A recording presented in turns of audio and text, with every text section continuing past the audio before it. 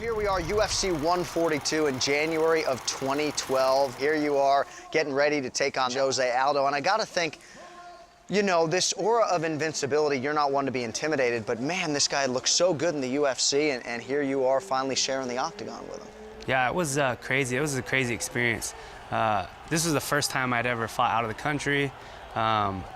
You know, the Brazilian crowd was crazy. Mario Yamasaki gives you the instructions. You guys come to the center of the octagon, and it seemed as though the early plan out of you was to attack José Aldo's lead leg, yeah? Yeah, definitely. The game plan was to really put the pressure on him as far as takedowns go. You know, one thing that I felt, my inside kicks, you can see here, I worked a lot on that throughout this camp. That was one thing we did as far as striking goes.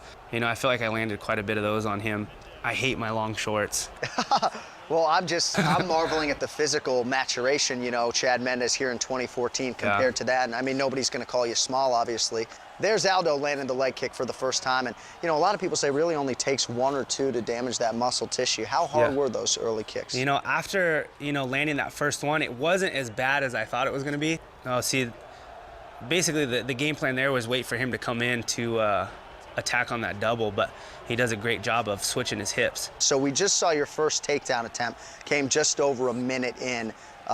Any discouragement or way too early for that, the fact that you weren't able to get him on his back? No, definitely way too early. I mean, as a wrestler, you're always taught to chain wrestle, you know, and take shot after shot. You know, that's just part of breaking your opponent down. It is so rare, though, to see you enter and change levels and not be able to get an opponent down, you know? And I think at that time, one of the things, too, is his size. I mean, I just felt like he was a lot bigger than me back then.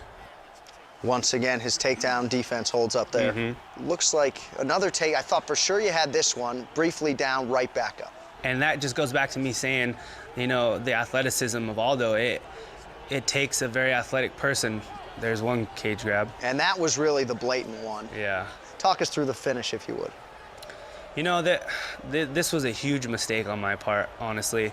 Looking back to this fight, you know, I remember looking up and there was only a few seconds left, and I had been on his back now, and it was basically me letting up.